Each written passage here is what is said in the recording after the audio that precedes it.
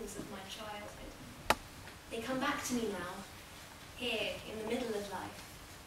And I find myself singing them under everything. A great sea swelling under everything. It all seems to come round. Tides, quiet here, tempestuous there, but always there, like every river in the world flows into this great sea that all my ancestors have known before me. And my boat is just small, tiny in fact, and it puts it all into perspective. It's funny that. The sound of muffled voices from the room below.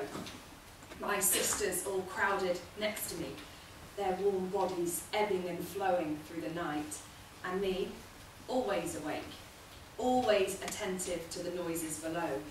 Adults, visitors, always coming and going despite the curfew. Every walk was like taking a risk, but it's a way of life like any other. Well, maybe not like any other.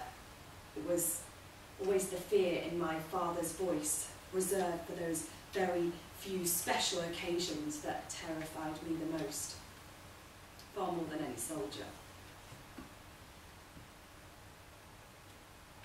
I suppose it's to be expected. I was a singer, always the performing monkey at home, and it made my parents proud. They were proud of my talent, of course, but most of all it was about tradition, I think. The heritage I was buying into. But I got tired, very quickly, all this singing about the past, singing of times long ago. I wanted something new, something for me.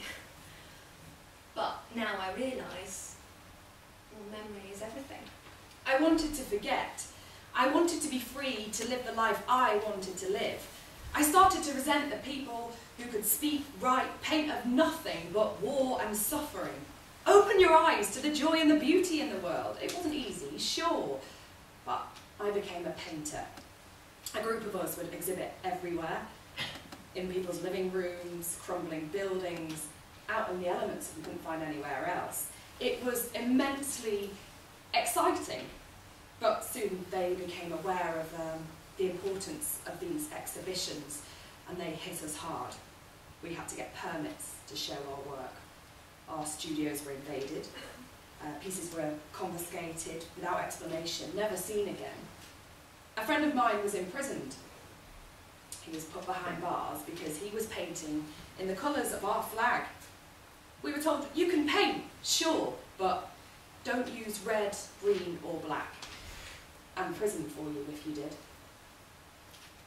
So you could forget about painting poppies or watermelons. Take the orange, for example. It was once a symbol of unity, or peaceful cohabitation at least. Arabs and Jews developed the Jaffa orange together. It was a success. And now we're told to boycott.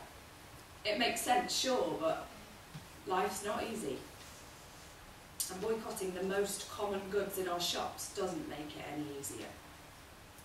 The barcode for food products made in Israel begins with 729. That's what they tell their children. If it starts with 729, then it's from no friend of mine. We have to tell our children something. We have to warn them to be careful. Stones are no good against tanks, sure, but that's not going to save their lives. We try to pretend at first, it's a game. Those men, they're bad in the game. But sooner or later they learn. This is no game.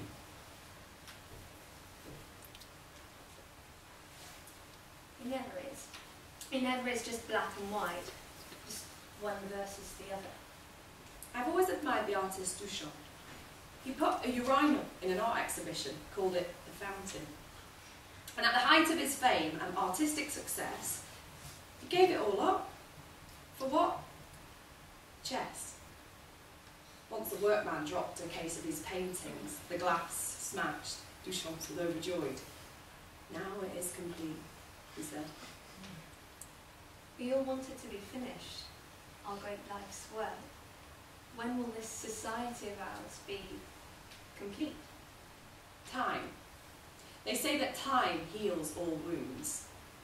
I say that time only deepens them. Time makes every moment more hopeless.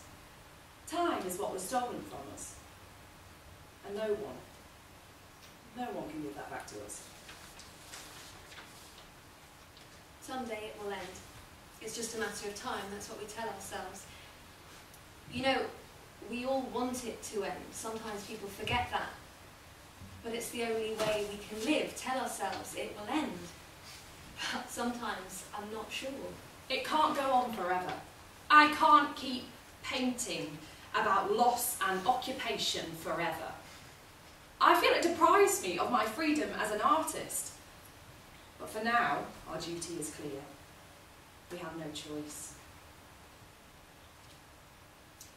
You know, there was a choice. It wasn't always Palestine.